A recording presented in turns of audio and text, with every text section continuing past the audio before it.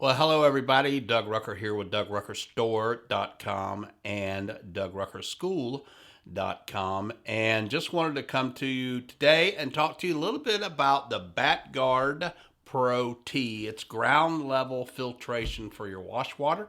So we're going to talk about that coming up next.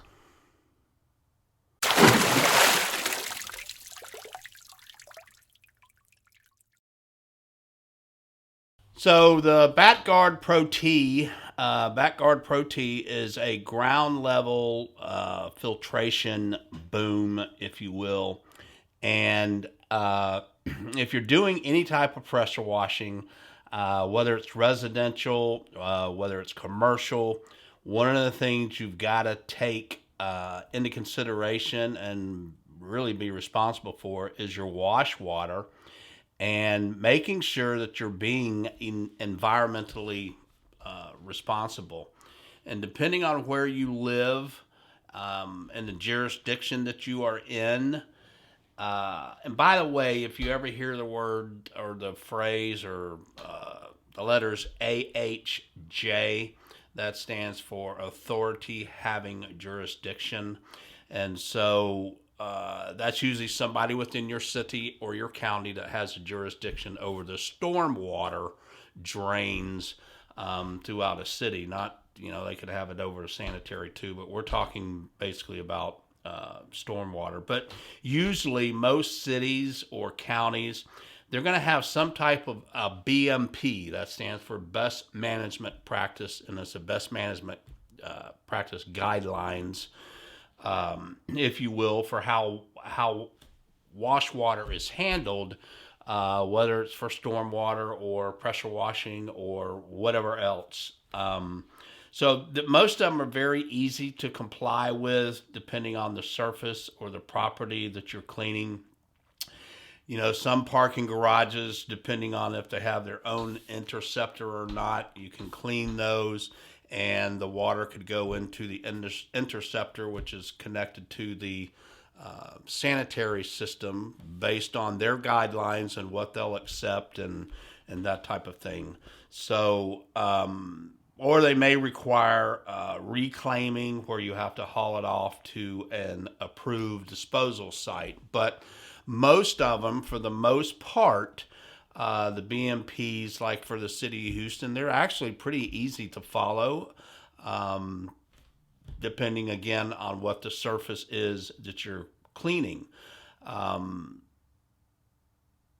The best way to be compliant is to always clean up the area that you're going to clean. I don't care if it's a parking lot, parking garage, or whatever, but you sweep the area up and you get any trash, any debris, any cigarette butts, and collect all that, and then dispose of it in the trash receptacle, the dumpster, or whatever, because that's being hauled off by a licensed waste hauler.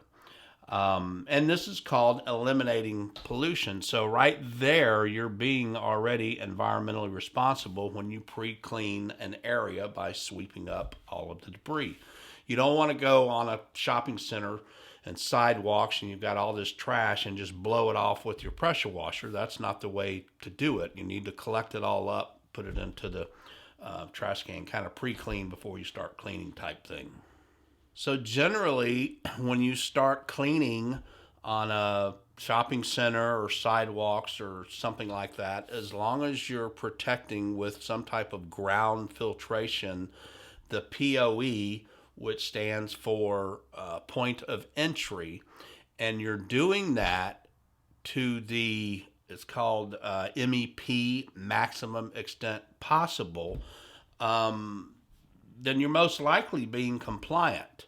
So every AHJ in every area can have different guidelines, so it's real important to know what they are for the area that you are working in. And you really need to know the guidelines for your area, so it's your responsibility to know that. So when we're cleaning commercial sidewalks and parking lots, we use the BatGuard Pro T. It's a 10-foot long boom. It allows for different configurations. It consists, and the whole thing consists of specially designed media, specifically designed to filter heavy metals, suspended solids, odors, all of that kind of stuff.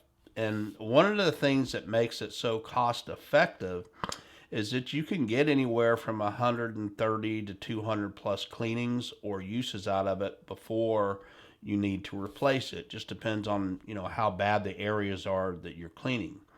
And so that's just like either over or just under $1 per use, and it's way, way more economical than using those disposable type ones. And most of those don't even last a whole job in some situations. The BackGuard Pro T also comes with test strips so that you can test them to make sure they are functional before disposing. They've got a silver reflective strip on them so they're easy to see at night. And what we'll usually always do is put a cone right in the middle of the drain grate, and this kind of helps traffic see them as well. In the instructions before using these, the instructions tell us to fill the 5-gallon bucket with water with the BackGuard in it. This gets the material ready, so to speak, to do its filtering. And so what we'll also do is just leave the bucket with water in it on either side of the drain as well. After we have placed the BackGuard around the drain, so we pulled it out and then placed it around the drain. We'll just leave the 2 buckets sitting there. We because of the quality of the media material, they've got enough weight to keep them down so that they stay on the ground and don't blow away like some of the other disposable ones like I mentioned before. But the weight of it not only keeps it on the ground, but it encourages the water to take a path that exposes the runoff to every part of the filtration media. Now, the amount of water, because I know a lot of guys will ask how many gallon per minute or whatever it can handle, the amount of water that can flow through the BackGuard, that really depends on the grade or slope of the surface. But under normal circumstances, 12 to 15 gallon per minute flows through the BackGuard acceptably and pretty easily. So on steeper grades, you got to remember that the BackGuard can handle 20 gallon per minute. And keep in mind that in order for any gravity-based filter to work, there must be some degree of slope. It's been tested, the BackGuard's been tested and designed specifically to maintain maximum flow at the average entry onto a street or roadway from like a driveway or a gas station or even a shopping center or really any other type of commercial center entrance. So if you ever pull into a parking lot for a shopping center or a gas station off the road, usually those are going to kind of slope up, and then everything else is kind of sloped or kind of like a fishbowl. The parking lot all slopes towards the drains. So those generally are not supposed to be storm drains. They go out to a retention area. But that little slope part that comes up off the street, that's kind of where you would want it, because the water will slope down if your water were to go into the street. So just remember, if you're trying to use it on a flat surface, you'll find that runoff will try to go around it. So just find the slope nearest your workspace so the water can flow through it. That's where the BackGuard is going to work the best. Once you're done using the BackGuard, it needs to be rinsed off after each use to increase longevity, and it'll help keep the flow pores open where the water goes through. And then it can be easily stored back in the 5-gallon bucket. Just repeat the process again, just like you started for the next use, by filling the bucket with water to get the filter media fully wet before placement. I'll also tell you that slowly but surely, there are municipalities that are beginning to accept the BackGuard Pro T as the only filtration that you need. So some areas are saying, no, you don't have to reclaim the water and haul it off if you're using this backguard filter.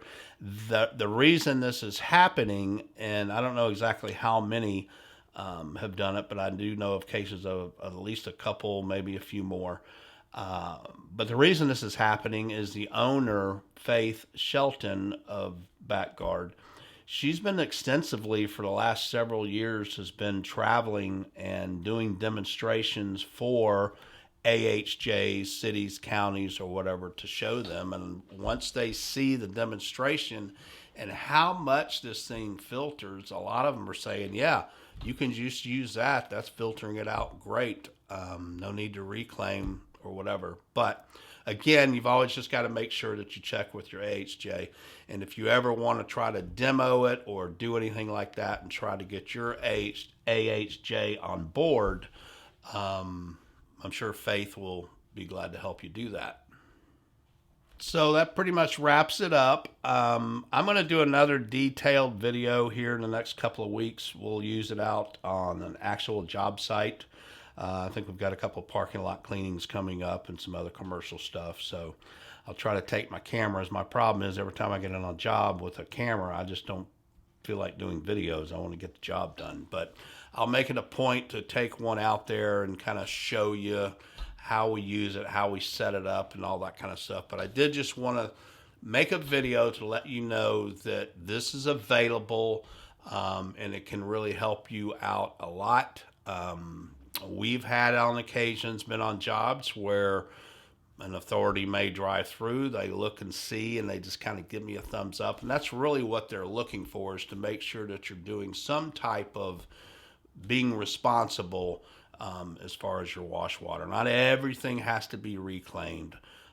There's other ways to do that. And the city of Houston actually has a cosmetic, they call it a cosmetic wash water. I don't know why they call it that, but it's a BMP guidelines. And if you just read those for the different surfaces, they're actually pretty easy to follow. So hope this has helped you guys. If you have any questions, leave them below. Any comments, don't forget to subscribe to the channel if this has helped you, and hit that bell for notifications.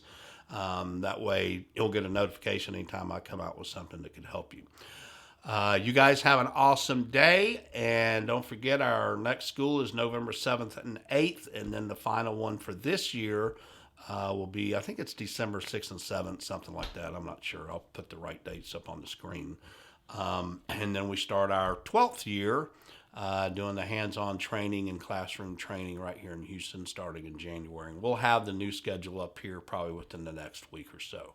Oh, and another thing, in February, I think it's first part of February, we're going to be doing another Difference Maker event over at the Courtyard Marriott, where I used to always have my yearly events. So we'll get some more information out to you for that, but that's coming up early part of February, and you guys have an awesome day.